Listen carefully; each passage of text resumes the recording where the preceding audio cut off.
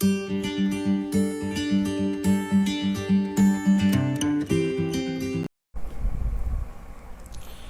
Everyone, lifeline academy में आपका स्वागत है।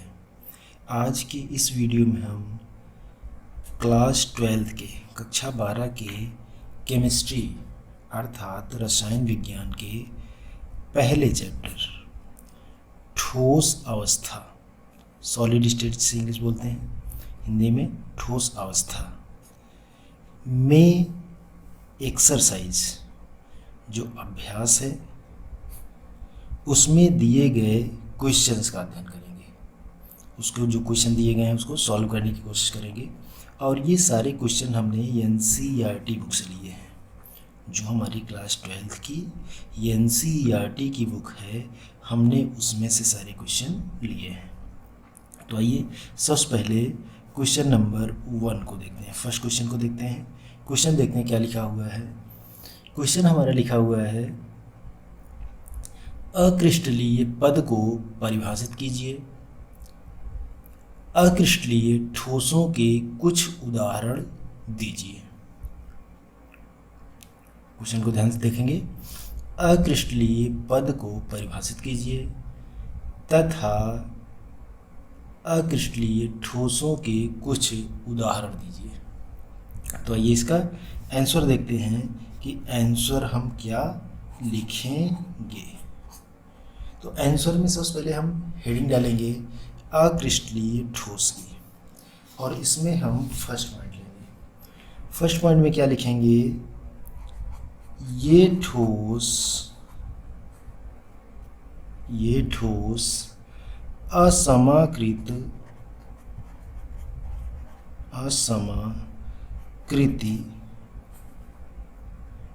कणों से मिलकर बने होते हैं। कणों से मिलकर बने होते हैं। ये हमारा क्या हो गया, फर्स्ट पॉइंट हो गया। फिर हम इसमें नेक्स्ट पॉइंट लेंगे, सेकंड पॉइंट। सेकंड पॉइंट क्या होगा, इनमें अवयवी कणों की व्यवस्था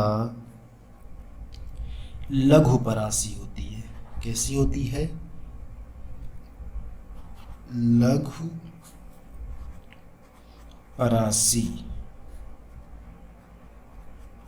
होती है। फिर उसके बाद हम नेक्स्ट पॉइंट लेंगे, जो कि हमारा थर्ड पॉइंट होगा। ये ताप के एक परास पर धीरे धीरे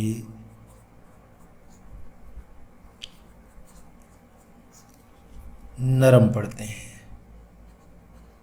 नरम पड़ते हैं। फिर अगर हम नेक्स्ट पॉइंट की बात करें तो जो चौथा पॉइंट हमारा होगा, इन्हें आभासी ठोस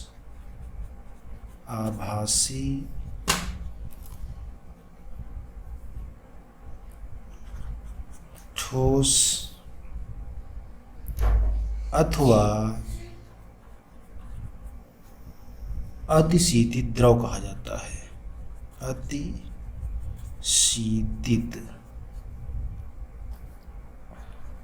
द्रव कहा जाता है। और एक पॉइंट लिख देंगे, तेज, कलर चेंज कर देते हैं, तेज धार वाले औजार से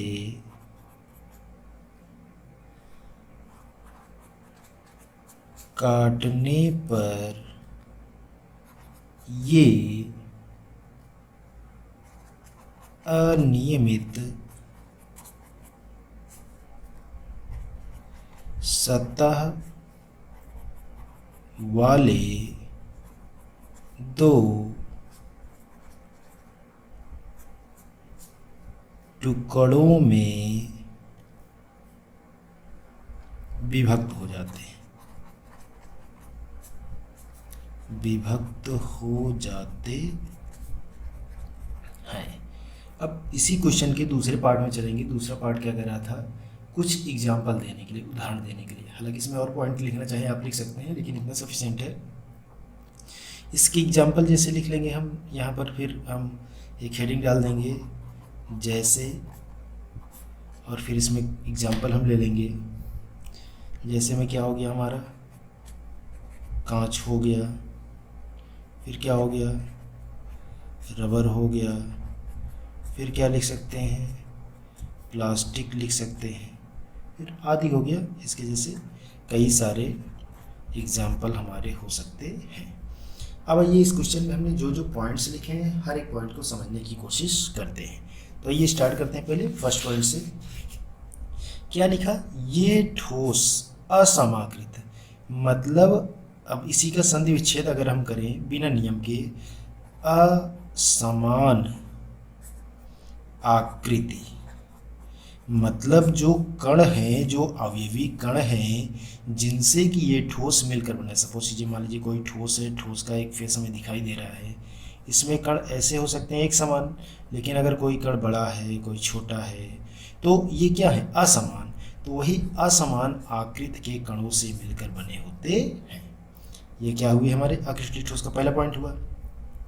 दूसरा पॉइंट हमने क्या लिखा था, इनमें अवयवी कण, अवयवी कण मैंने फिर से ये बताया कि जिनसे मिलकर बने होते हैं। अवयवी कण के अंदर क्या क्या आ सकते हैं, अणु हो सकते हैं, परमाणु हो सकते हैं, अथवा आयन हो सकते हैं। अणु हो सकते हैं, परमाणु हो सकते हैं, अथवा आयन हो सकते हैं। क्या कह रहे हैं, इनमें अवयवी कणों की व्यवस्था, मतलब जो उनका अरेंजमेंट होता है वो कैसा होता है, लघु परासी, मतलब एक शॉर्ट रेंज में रूल फॉलो करते हैं, उसके आगे ये रूल फॉलो नहीं करते हैं। क्लियर। फिर तीसरा पॉइंट हमने क्या लिखा, तीसरा पॉइंट हमने लिखा, ये ताप के एक परास पर धीरे धीरे नरम पड़ते हैं। मतलब अगर हम इन्हें गर्म करें, कोई रेंज होगा जैसे 15 to 20 डिग्री सेंटीग्रेड या कुछ भी, 100 to 110 डिग्री सेंटीग्रेड, कितना भी हो सकता है। मतलब कोई रेंज होगा, कोई एक सीमा होगी कि उतने पर जब गर्म करेंगे तो ये धीरे धीरे पहले क्या होंगे, मुलायम होंगे। डायरेक्ट ऐसा नहीं कि मेल्ट हो जाएंगे, बिल्कुल नहीं। पहले ये धीरे धीरे क्या होंगे, नरम पड़ेंगे। फिर अगला पॉइंट, इन्हें क्या नाम दिया गया, इन्हें आभासी ठोस अथवा अतिशीतित द्रव भी कहा जाता है। सुपर कूल लिक्विड इन्हें कहा जाता है, मतलब जो आपके अक्रिस्टलीय ठोस होते हैं। नेक्स्ट पॉइंट की बात करें तो, तेज धार वाले औजार से काटने पर ये अनियमित सतह वाले दो टुकड़ों में विभक्त हो जाते हैं। मतलब अगर कोई जैसे हमारा चाकू वगैरह हो गया, अगर हम उससे इसे काटते हैं तेज धार वाले औजार से, तो इनकी जो सतह प्राप्त होगी वो एकदम सपाट नहीं होगी, बल्कि इर्रेगुलर, ऐसे थोड़ा इस टाइप से प्राप्त हो सकती है। इसे कहेंगे अनियमित सतह। जैसे कांच वगैरह हम अगर हम काटने की कोशिश करें तो कभी भी सीधे सीधे नहीं कटेंगे। अब एग्जाम्पल की अगर बात करते हैं, कांच है, काटिए कभी नहीं कटेगा। रबर, प्लास्टिक भी हमारा एक एग्जाम्पल हो गया। इस जैसे कई सारे उदाहरण हो सकते हैं। ये हमारा पहला क्वेश्चन था। अब हम आएंगे क्वेश्चन नंबर 2 पर। तो आइए देखते हैं पहले क्वेश्चन क्या है, क्वेश्चन को समझते हैं फिर आगे करते हैं। क्वेश्चन है,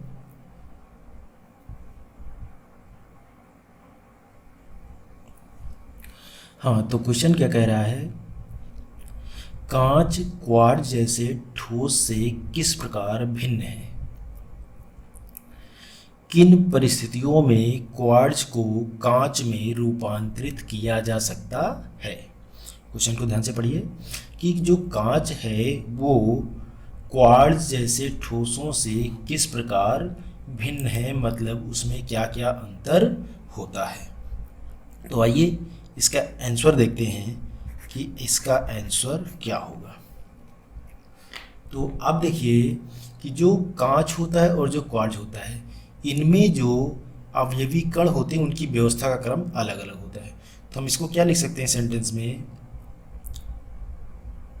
कि कांच तथा क्वार्ट्ज में अवयवी कणों की व्यवस्था का क्रम भिन्न भिन्न होता है, अथवा यूँ लिख सकते हैं भिन्न भिन्न अवयवी कणों की व्यवस्था के क्रम के कारण कांच तथा क्वार्ट्ज एक दूसरे से भिन्न भिन्न होते हैं। कैसे भी लिख दीजिए, कोई भी वर्ड लिख दीजिए, कोई भी सेंटेंस यूज कर लीजिए, वो आप पर डिपेंड करता है।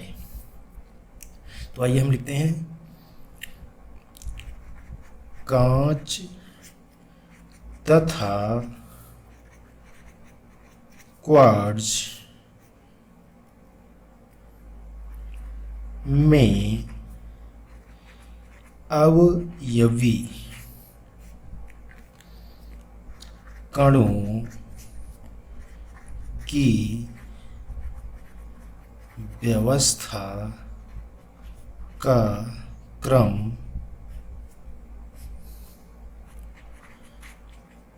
भिन्न भिन्न होता है। ठीक, तो एक पॉइंट हमारा ये बन गया। फिर इसके आधार और हम लिख सकते हैं अब क्या डिफरेंसेस क्या होते हैं। नेक्स्ट पॉइंट हम लिख सकते हैं कि अगला हम दूसरे कलर का यूज कर लेते हैं। कांच में अवयवी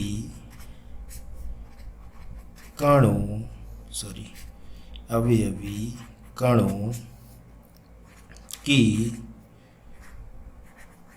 व्यवस्था लघु परासी होती है। कैसी होती है?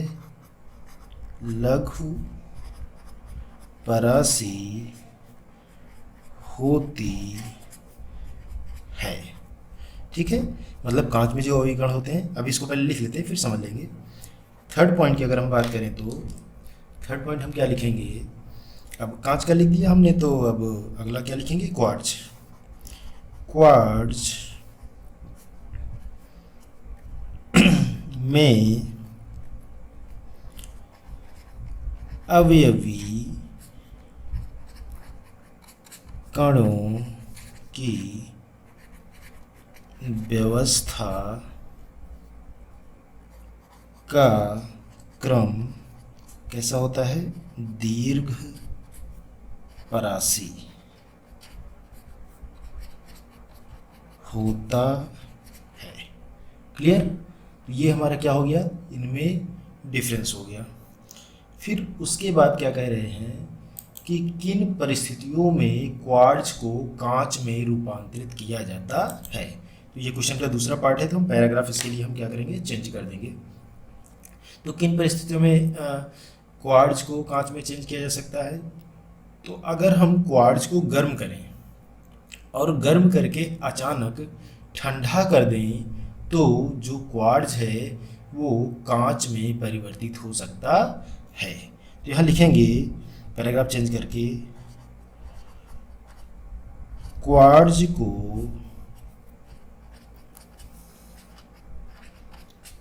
गर्म करके अचानक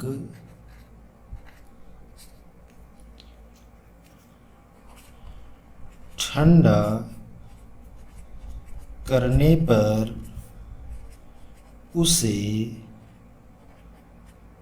कांच में परिवर्तित किया जा सकता है। क्लियर? उम्मीद है आप लोग लिख लिए होंगे। अब अगर लिख लिए हैं तो आइए पॉइंट्स को हम समझ लेते हैं कि हमने जो कुछ भी लिखा है उसका अर्थ क्या है, क्योंकि समझे रहेंगे तो याद करने में आसानी होती है। तो देखिए क्या कह रहे हैं, कांच तथा क्वार्ट्ज के अवयवी कण की व्यवस्था, मतलब अवयवी कण मतलब जिससे कि वो मिलकर बने हुए हैं, उनकी जो व्यवस्था है, जो अरेंजमेंट है, वो क्या होता है, अलग अलग होता है, भिन्न भिन्न होता है। अब क्या डिफरेंसेस होते हैं इसमें देखते हैं कि जो कांच है, कांच में अवयवी कणों की व्यवस्था लघु परासी होती है। ध्यान हो तो लघु परासी किसके लिए यूज होती थी, अक्रिस्टलीय ठोस के लिए होती थी। किसके लिए होती थी, अक्रिस्टलीय ठोस के लिए। इसका मतलब जो कांच है वो एक प्रकार का क्या है, आपका अक्रिस्टलीय ठोस है। क्लियर। फिर वही बात किया जाए क्वार्ट्ज में अवयवी कणों की व्यवस्था का क्रम दीर्घ परासी होता है। दीर्घ परासी किसमें होता था, मतलब लॉन्ग रेंज ऑर्डर, मतलब कि जैसे अगर हम दो व्यक्तियों को बैठाएं एक क्रम से, तो वही क्रम कितनी भी दूर क्यों ना हो, लेकिन क्रम हमेशा वही बना रहेगा। तो ये किस में होता था, ये क्रिस्टलीय ठोस में होता था। किस में होता था, क्रिस्टलीय ठोस में। इसका मतलब जो हमारा क्वार्ट्ज है वो एक प्रकार का कैसा ठोस है, क्रिस्टलीय ठोस है। क्लियर हुआ। ये दोनों में मेन डिफरेंस है, इसी के आधार पर आप ये डिफरेंस लिख सकते हो। फिर देखिए क्वेश्चन का दूसरा पार्ट क्या, इसलिए हमने इसको पैराग्राफ को यहाँ से चेंज कर दिया है। तो पैराग्राफ चेंज करके हमने क्या लिखा है कि क्वार्ट्ज को, इन्होंने क्वेश्चन किया था कि क्वार्ट्ज को किन परिस्थितियों में कांच में परिवर्तित कर सकते हैं। तो उसका आंसर क्या होता है, क्वार्ट्ज को गर्म करके, मतलब उसे हम पहले हीट करें, फिर उसके बाद अचानक ठंडा कर दें। जैसे आप स्मृति के यहाँ, लोहार के यहाँ देखे होंगे कि जैसे कोई सामान बनवाने कभी अगर गए हों या कभी उनको कार्य करते हुए देखें, कुछ ऑब्जेक्ट होते हैं उनको गर्म करके अचानक पानी में डाल देते हैं ताकि वो तेज़ी से क्या हो जाए, ठंडा हो जाए, उसमें उसके गुणों को परिवर्तित करने के लिए। तो वैसा ही कुछ करना है इसको कि क्वार्ट्ज को गर्म करके अचानक ठंडा करने पर उसे कांच में परिवर्तित किया जा सकता है। क्लियर। ये था हमारा दूसरा क्वेश्चन। अब हम अपने थर्ड क्वेश्चन पर आएंगे और देखेंगे कि थर्ड क्वेश्चन हमारा क्या कह रहा है।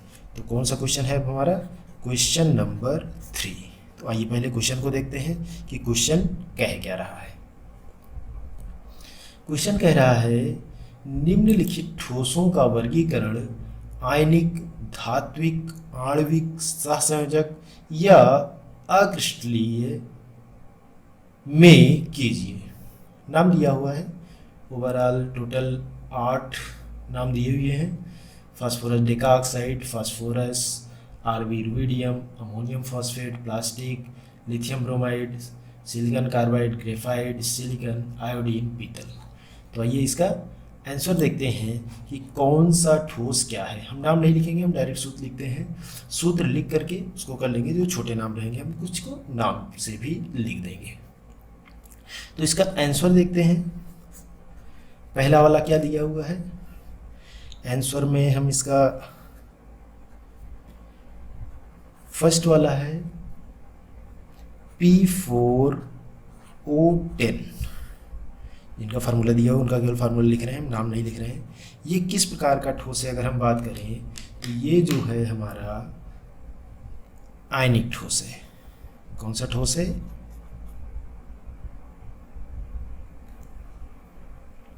सॉरी आयनिक ठोस नहीं है, ये आणविक ठोस है। कौन सा ठोस है, आणविक ठोस, P4O10। दूसरा हमारा कौन सा दिया हुआ है, अमोनियम फॉस्फेट। सेकंड वाला हमारा दिया हुआ है अमोनियम फॉस्फेट, NH4 का होल थ्राइस PO4। ये कौन सा है, ये हमारा है आयनिक ठोस। ये कौन सा ठोस है, आयनिक ठोस। क्लियर। फिर थर्ड वाला क्या दिया हुआ है, सिलिकॉन कार्बाइड। सिलिकॉन कार्बाइड कौन सा ठोस है, जो सिलिकॉन कार्बाइड है वो सहसंयोजक अथवा नेटवर्क ठोस है। सह संयोजक अथवा नेटवर्क, दो नाम है उसका, नेटवर्क ठोस। कुल मिलाकर इसमें जो बॉन्ड्स हैं उनकी प्रकृति, उनके नेचर के आधार पर उन्हें क्लासिफाई करना है। अब अगर फोर्थ वाले को देखें तो फोर्थ क्या है? फोर्थ है हमारा आयोडीन, I2 लिखा हुआ है। I2 किस प्रकार का ठोस है? जो I2 है वो एक आणविक ठोस है। कौन सा ठोस है? आणविक ठोस। फिर पांचवें क्वेश्चन पर अगर हम आए तो पांचवें पर क्या लिखा हुआ है? P4 फास्फोरस है। ये किस प्रकार का ठोस है? अणु के जैसा दिख रहा है, तो ये भी कौन सा होगा? हमारा आणविक ठोस ही होगा। फिर छठे क्वेश्चन पर अगर हम आए तो क्या लिखा हुआ है? प्लास्टिक। प्लास्टिक अभी थोड़ी देर पहले ही हम लोग इसके बारे में बात कर चुके हैं पिछले क्वेश्चन में। तो प्लास्टिक हमारा किस प्रकार का ठोस आएगा? वो एक होगा अक्रिस्टलीय ठोस। कौन सा ठोस होगा? अक्रिस्टलीय ठोस। क्रिस्टलीय ठोस होगा। अभी थोड़ी देर पहले पिछले क्वेश्चन में इसका एग्जांपल हम लोग देखे थे। फिर अगर हम 6 7 आ गए, 7 की बात करेंगे तो है ग्रेफाइट। क्या है? ग्रेफाइट है। ग्रेफाइट किस प्रकार का है? तो ग्रेफाइट भी हमारा सहसंयोजक अथवा नेटवर्क ठोस है। सहसंयोजक अथवा नेटवर्क ठोस। क्लियर? फिर सातवीं के बाद अगर हम आठवें पर आते हैं, आठवें क्वेश्चन पर, तो आठवां क्वेश्चन हमारा क्या है? आठवां है पीतल। क्या है? पीतल। पीतल किस प्रकार का ठोस है? जो हमारा पीतल होता है वो एक प्रकार का धातु है। ये कौन सा ठोस हो जाएगा? धात्विक ठोस। कौन सा ठोस हो जाएगा? धात्विक ठोस। ये आठवां हो गया। अब उसके बाद नवा की बात करें तो नवा है रुबिडियम। रुबिडियम भी क्या है? एक प्रकार की धातु है। तो ये भी कौन से ठोस में आ जाएगा? हमारा धात्विक ठोस में आ जाएगा। फिर 10वें की बात करें तो लिथियम ब्रोमाइड। देखने से ही लग रहा है ये किस में कन्वर्ट हो जाएगा? आयन में टूट जाएगा। तो ये किस प्रकार का ठोस हो गया? हमारा आयनिक ठोस। कौन सा ठोस होगा? हमारा आयनिक ठोस। क्लियर? फिर एक और है 11वां, जिसका कि नाम है सिलिकॉन। सिलिकॉन किस प्रकार का ठोस हो जाएगा?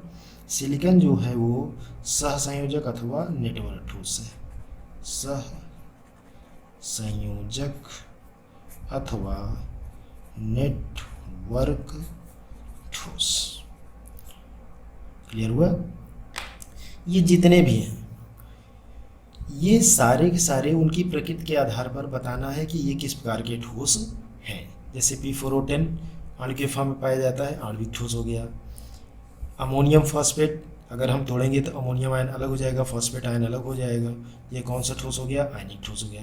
सिलिकॉन कार्बाइड, इनके बीच में सहसंयोजक बंध पाया जाता है, इसीलिए कौन सा ठोस हो जाएगा? सहसंयोजक ठोस। और इसका एक और नाम दिया गया नेटवर्क ठोस।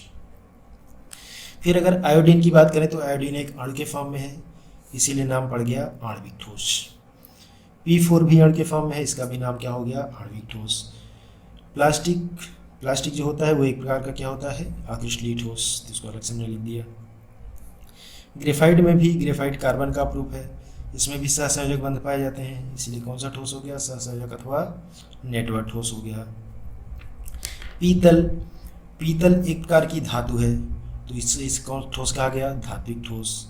रुबिडियम भी धातु है, इसलिए इसका नाम भी क्या हो गया? धात्विक ठोस। लिथियम ब्रोमाइड अगर इसे हम तोड़ेंगे तो ये आयन में टूट जाएगा, ये प्लस और ये माइनस, धन आयन और ऋण आयन, इसीलिए कौन सा ठोस हो गया? आयनिक ठोस। जबकि सिलिकॉन के बीच में भी सहसंयोजक बंध पाया जाता है, क्योंकि यह कार्बन परिवार का ही तत्व है, तो इसीलिए इसे भी कहा गया सहसंयोजक अथवा नेटवर्क ठोस। क्लियर? अब हम नेक्स्ट क्वेश्चन पे आएंगे, क्वेश्चन नंबर 4। कौन से क्वेश्चन पर आएंगे? Question number 4। तो क्वेश्चन को पहले देखेंगे, क्वेश्चन कह क्या रहा है, उसके बाद हम आगे करेंगे। हाँ, तो चौथा क्वेश्चन क्या है? चौथा क्वेश्चन 2 पार्ट में है। उपसह संयोजन संख्या का क्या अर्थ है? ये फर्स्ट पार्ट है। और सेकंड पार्ट है, निम्नलिखित परमाणुओं की उपसह संयोजन संख्या क्या होती है? ए में दिया है घनी निविड संकुलित संरचना, और बी में दिया हुआ है, मतलब खा वाले में दिया हुआ है, एक अंतः केंद्रित घनीय संरचना। तो आइए पहले इसका जो आंसर है, आंसर 2 पार्ट में है। तो पहले हम फर्स्ट वाला देखते हैं। फर्स्ट वाला क्या कह रहा है? उपसह संयोजन संख्या का क्या अर्थ है? तो हम हेडिंग डाल देंगे उपसह संयोजन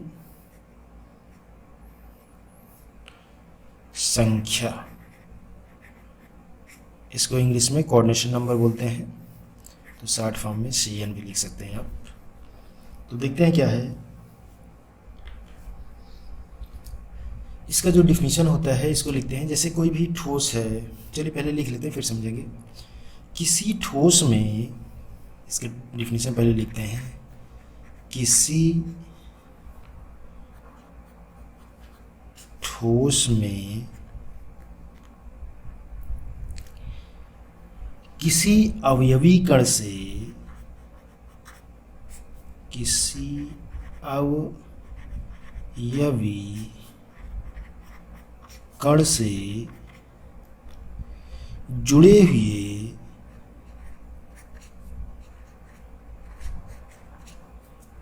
अधिकतम कणों की संख्या, जुड़े हुए अधिकतम कणों की संख्या क्या कहलाती है? उपसह संयोजन संख्या कहलाती है। उपसह संयोजन संख्या कहलाती है। क्लियर? फिर से डिफिनीशन को एक बार पढ़ लेते हैं। किसी ठोस में किसी अवयवी कण से जुड़े हुए अधिकतम कणों की संख्या उपसह संयोजन संख्या कहलाती है। अब ध्यान कीजिए, अब इसको थोड़ा समझ लेते हैं पॉइंट को, तब आगे करते हैं। ध्यान कीजिए, हम लोग निविड संकुलित संरचना पढ़े थे। निविड संकुलित संरचना में एक बीमा में, दो बीमा में अलग अलग पढ़े थे। तो आइए देखते हैं कि किसी ठोस में, कोई भी ठोस, उसके किसी अवयवी कण से, तो ये देखते हैं, मान लीजिए एक बीमा निविड संकुलन, ये अवयवी कण एक के पास में एक है, एक बीमा में हो गया, और दो बीमा, हम केवल 2 एग्जाम्पल ले रहे हैं, एग्जाम्पल तो बहुत सारे बनते हैं, केवल 2 एग्जाम्पल ले रहे हैं, द्विबीमा के एक एग्जाम्पल ले रहे हैं। ये थोड़ा छोटे बड़े बन रहे हैं, बट ये एग्जैक्ट साइज़ के होते हैं एक्चुअल में, तभी वो क्रिस्टलीय ठोस होता है, अदरवाइज वो क्रिस्टलीय ठोस होगा ही नहीं। ये थोड़ा बनने में थोड़ा गड़बड़ हो रहा है, बट इसे समझ लीजिए। तो ये देखते हैं, जैसे इसमें एक कण से, मान लीजिए इसको ले रहे हैं, इससे अधिकतम कितने हुए जुड़े हुए हैं? 2 जुड़े हुए हैं, एक इधर और एक इधर, तो इसकी उपसह संयोजन संख्या कितनी हो गई? 2 हो गई। ऐसे ही इसकी बात की जाए, इस वाले से अधिकतम कितने जुड़े हुए हैं? ग्रीन वाले लेते हैं, उससे ज़्यादा बेहतर रहेगा। एक ये जुड़ा हुआ है, दूसरा ये जुड़ा हुआ है, तीसरा ये जुड़ा हुआ है, चौथा ये जुड़ा हुआ है। तो क्या कह रहा है कि किसी ठोस में किसी अवयवी कण से जुड़े हुए अधिकतम कणों की संख्या, मतलब जितने ज़्यादा जुड़ सकते हैं, वही उसकी क्या कहलाती है? उपसह संयोजन संख्या कहलाती है। जैसे इस वाले में देखिए, एक से अधिकतम कितने जुड़े हुए हैं? 2 जुड़े हुए हैं, तो इसकी उपसह संयोजन संख्या जो कोऑर्डिनेशन नंबर है वो कितनी हो जाएगी? 2 हो जाएगी। जबकि इस वाले ठोस में एक से अधिकतम कितने जुड़े हुए हैं? 4 जुड़ रखे हैं, तो इसकी उपसह संयोजन संख्या कितनी हो जाएगी? 4 हो जाएगी। क्लियर? तो ये हमारा चौथे का पहला क्वेश्चन हुआ। फिर फोर्थ का सेकंड पार्ट, फोर्थ का सेकंड पार्ट क्या है, आइए देखते हैं। सेकंड पार्ट में भी 2 पार्ट बना दिया, एक ए है और एक बी है। ठीक है, तो आइए देखते हैं क्या क्या है। ए में क्या है, एक घनीय निविड़ संकुलित संरचना। क्वेश्चन कह रहा है परमाणुओं की उप सहसंयोजन संख्या कितनी होती है।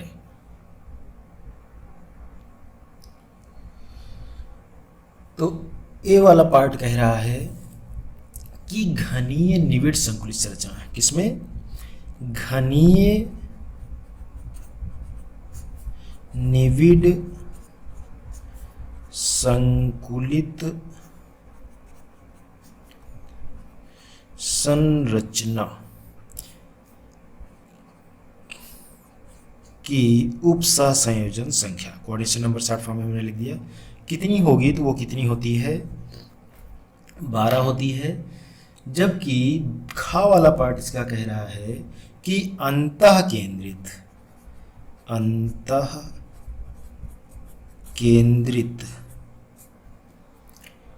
घनीय संरचना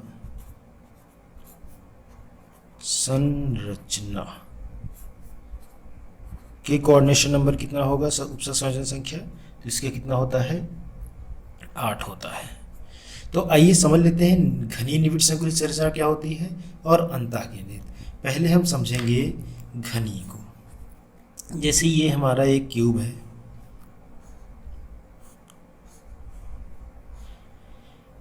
घनी के लिए डिफिनीशन पढ़ा है, वह एक कोश का जिसमें अवयवी कण प्रत्येक कोने पर स्थित होते हैं। तो जो हर एक कोना है, कोने पर क्या होगा, अवयवी कण होगा। अब एक कोना, इसके आसपास भी बहुत सारे, इधर भी एक क्यूब बना होगा जो कि इससे चिपका हुआ होगा, इस साइड में भी एक क्यूब बना होगा, इस साइड में भी क्यूब होगा, इधर भी क्यूब होगा, और फ्रंट में भी हमारा एक क्यूब होगा जिसे हम इस डायरेक्शन दिखा सकते हैं, ठीक है, और नीचे की ओर भी होगा, ठीक है, क्योंकि टोटल 6 फलक होते हैं, जितने फलक उतने क्यूब बन सकते हैं। तो एक जो अवयवी कण है, अधिकतम कितने अवयवी कणों से, चूंकि 3 डायरेक्शनल होता है इसलिए 3D हम कॉपी पर तो नहीं एक्सप्रेस कर सकते, कॉपी पर बना ही नहीं सकते, कॉपी में मैक्सिमम 2D बन सकता है, 3D नहीं बन सकता है, जैसा कि आप लोग जानते ही होंगे। तो 3D में एक अवयवी कण अधिकतम कितने अवयवी कणों से जुड़ा होगा, इसमें कितने से जुड़ा होगा, 12 से जुड़ा हुआ होगा, इसीलिए इसकी जो कोऑर्डिनेशन नंबर है वो कितना है, 12 है। जबकि दूसरा क्या है, अंतः केंद्रित। अंतः केंद्रित में क्या होता है, डिफिनीशन आप याद करिए, इसकी डिफिनीशन क्या होती है, वह एकक कोशिका जिसमें अवयवी कण प्रत्येक कोने के साथ साथ एकक कोशिका के मध्य बिंदु में उपस्थित होता है। कहाँ पर होता है, मध्य बिंदु में उपस्थित होता है। जो यहाँ पर है, यहाँ कितने कॉर्नर है, टोटल 8 कॉर्नर है, तो 8 कॉर्नर पर कर दिया। फिर उसके बाद इसका मिडिल आपको पता है, 2 डायगोनल का मिलाने पर हमारा मिडिल निकल आता है। एक मान लीजिए ये डायगोनल में है, दूसरा डायगोनल हम इससे इसको मिला देते हैं, तो लगभग यहाँ के आसपास आएगा, ये इससे में जाएगा जब। तो ये खुद ही ये जो बीच वाली एकक कोशिका है, ये वाली, ये इन 8 से मिली हुई होगी, क्योंकि बीच में है तो हर एक कॉर्नर से ये टच कर रही होगी। तो इसका कोऑर्डिनेशन नंबर कितना हो गया, 8 हो गया। क्लियर। चलिए अब हम अगले क्वेश्चन की ओर आते हैं। क्वेश्चन नंबर है हमारा 5। तो अगला क्वेश्चन है 1.5, जिसे हम क्वेश्चन नंबर 5 बोलेंगे, क्योंकि पहला क्या है, चैप्टर को रिप्रेजेंट करता है। तो पहले हम क्वेश्चन को देखते हैं कि क्वेश्चन कह क्या रहा है। क्वेश्चन क्या कह रहा है, यदि आपको किसी अज्ञात धातु का घनत्व एवं एकक कोशिकाएं की विमाएं ज्ञात हैं, तो आप उसके परमाणविक द्रव्यमान की गणना कर सकते हैं, स्पष्ट कीजिए। तो बिल्कुल कर सकते हैं। क्वेश्चन को फिर से एक बार देखते हैं। यदि आपको किसी अज्ञात धातु का घनत्व दिया हुआ है, डी दिया हुआ है, एकक कोशिका की विमाएं दे रखी हैं, और उसका परमाणु द्रव्यमान ज्ञात करने के लिए कह रहा है। बिल्कुल डेरिवेशन निकालना है आपको, ध्यान हो तो हमने इसका डेरिवेशन करा रखा है। इसका डेरिवेशन हमने बड़ा स्पष्ट कराया है कि इसमें जो विमाएं दी हुई हैं उसको कैसे निकालते हैं। आइए क्वेश्चन को सॉल्व करते हैं। इसका आंसर देखते हैं क्वेश्चन नंबर 5 का, ठीक है। तो इसका आंसर के लिए हम हेडिंग यहीं दे रहे हैं, आंसर। आइए देखते हैं क्या कह रहा था। सब कुछ दे रखा है इन्होंने, तो हम मान रहे हैं। माना एकक कोशिका के कोर की लंबाई, एकक कोशिका के कोर की लंबाई इज इक्वल टू क्या मान लिया, ए। ठीक है, फिर क्या है, ठोस पदार्थ का घनत्व ले लें हम। ठोस पदार्थ का घनत्व क्या मान लें हम, डी मान लें। फिर मोलर द्रव्यमान इसी ठोस पदार्थ का, मोलर द्रव्यमान हम क्या ले लें, मोलर द्रव्यमान कैपिटल एम ले लें। ठीक है, और एकक कोशिका का आयतन, क्या चीज, एकक कोशिका का आयतन हम क्या मान लें, मानना क्या है, आयतन क्या होता है, लंबाई गुणे चौड़ाई गुणे ऊंचाई। कोर की लंबाई ये है तो क्या हो जाएगा, ए क्यू। क्लियर। नाउ एकक कोशिका के द्रव्यमान का फॉर्मूला क्या हो जाएगा, एकक कोशिका का द्रव्यमान इज इक्वल टू एकक कोशिका में परमाणुओं की संख्या, थोड़ा यहाँ हम बढ़ा के लिख दे रहे हैं, परमाणुओं की संख्या गुणे एक परमाणु का द्रव्यमान, एक परमाणु का द्रव्यमान। ठीक, अब मान लीजिए एकक कोशिका में जो परमाणुओं की संख्या है उसको हम मान ले रहे हैं जेड, स्मॉल जेड, और जो एक परमाणु का द्रव्यमान है उसे हम स्मॉल एम मान ले रहे हैं। तो एकक कोशिका का द्रव्यमान क्या आ गया, जेड इंटू एम। यहाँ आगे लिख सकते हैं वेयर जेड क्या है, एकक कोशिका की परमाणुओं की संख्या, एकक कोशिका में परमाणुओं की संख्या। ठीक है, और स्मॉल एम को क्या मान सकते हैं, एक परमाणु का द्रव्यमान। क्लियर। नाउ अब हम आगे की फार्मूले की ओर चलेंगे। एक परमाणु के द्रव्यमान का सूत्र लगा देंगे। एक परमाणु के द्रव्यमान का अब हम सूत्र लगा देंगे। अभी हम पूरे से फिर समझा देंगे, बिल्कुल आप लोग बेफिक्र रहिए। एक परमाणु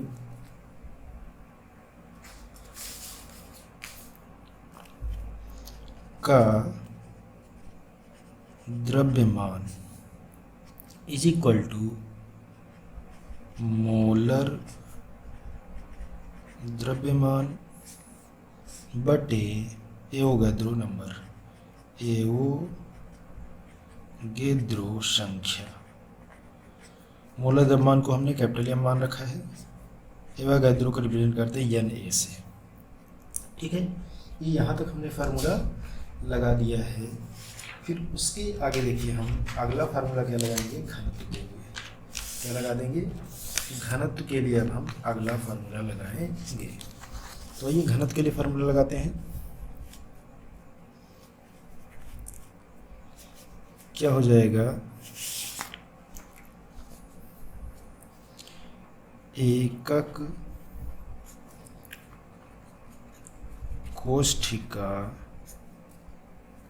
का घनत्व इज इक्वल टू, द्रव्यमान बटे आयतन होता है, पता है आपको। एकक कोशिका का द्रव्यमान बटे एकक कोष्ठिका का आयतन। ठीक, अब वैल्यू को रख देते हैं। एका कोष्ठिका द्रव्यमान अभी थोड़ी देर पहले हमने निकाला है, Z इंटू एम अपान आयतन को क्या हमने निकाला है, ए क्यूब, और घनत्व को क्या माना है हमने, D। तो क्या फार्मूला बन गया, D is equal to Z into M upon A cube. अब चूंकि स्मॉल एम बराबर capital M upon N A अभी थोड़ी देर पहले निकाला हमने, तो इसकी वैल्यू को हम इसमें जब पुट कर देंगे तो D is equal to Z into capital M upon A cube into N A, क्या होगा, ध्रुव नंबर। ये हमारा क्या हो गया, फार्मूला बनकर तैयार हो गया, ग्राम प्रति सेंटीमीटर क्यूब। इस तरीके से हम इसे आसानी से निकाल सकते हैं। तो आइए एक बार पूरे डेरिवेशन को समझ लेते हैं फिर से कि ये डेरिवेशन कैसे हमने निकाला। तो आइए देखते हैं। सबसे पहले हमने क्या निकाला, एकक कोष्ठिका की कोर की लंबाई निकाला, और कोर की लंबाई को हमने क्या मान रखा है, ए। क्या माना, ए मान रखा है। फिर उसके बाद हमने ठोस पदार्थ के घनत्व मान रखा है क्या, डी। फिर मोलर द्रव्यमान क्या माना हमने, एम, कैपिटल एम मान रखा है। और फिर एकक कोष्ठिका का आयतन, आयतन बराबर आपको पता है लंबाई गुणे चौड़ाई गुणे ऊंचाई होता है। अब एक तरफ लंबाई ए है, पूरा घन के जैसा है, तो ए गुणे ए बराबर क्या हो जाएगा हमारा, ए क्यूब। क्लियर। फिर उसके बाद एक कोष्ठिका का द्रव्यमान, एकक कोष्ठिका का द्रव्यमान, एकक कोष्ठिका में परमाणुओं की संख्या गुणे एक परमाणु का द्रव्यमान।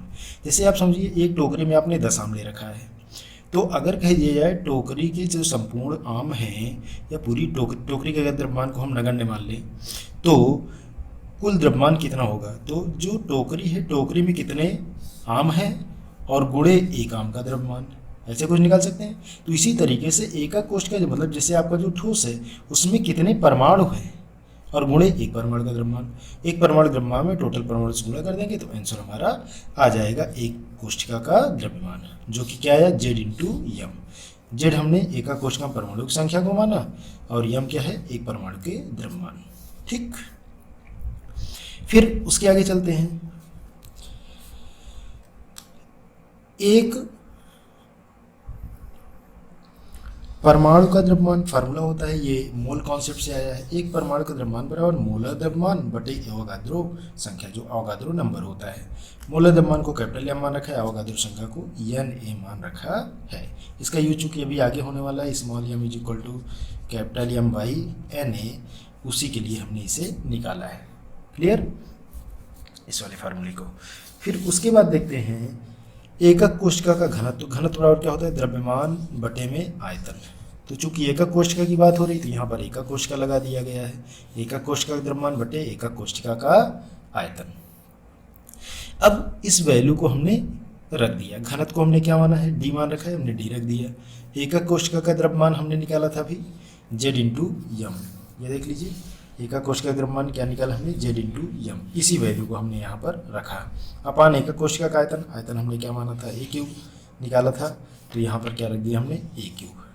अब स्मॉल एम बराबर एम इंटू एन ए, जिसे हमने बोला अभी ये एम बाई एन ए, तो इसको स्मॉल एम बराबर capital M by N A, इस वैल्यू को हमने तुरंत यहाँ पुट कर दिया। तो हमारे पास फार्मूला निकल कर आ गया, D is equal to Z into capital M upon में a cube into N A. ये हमारा फार्मूला है जिसके के द्वारा हम इसका घनत्व अर्थात डेंसिटी को निकाल सकते हैं। अब आज की वीडियो काफ़ी लंबी हो रही है, इसलिए यहीं पर फुल स्टॉप लगाते हैं। अगली वीडियो में हम आगे के क्वेश्चन के बारे में डिस्कस करेंगे। धन्यवाद।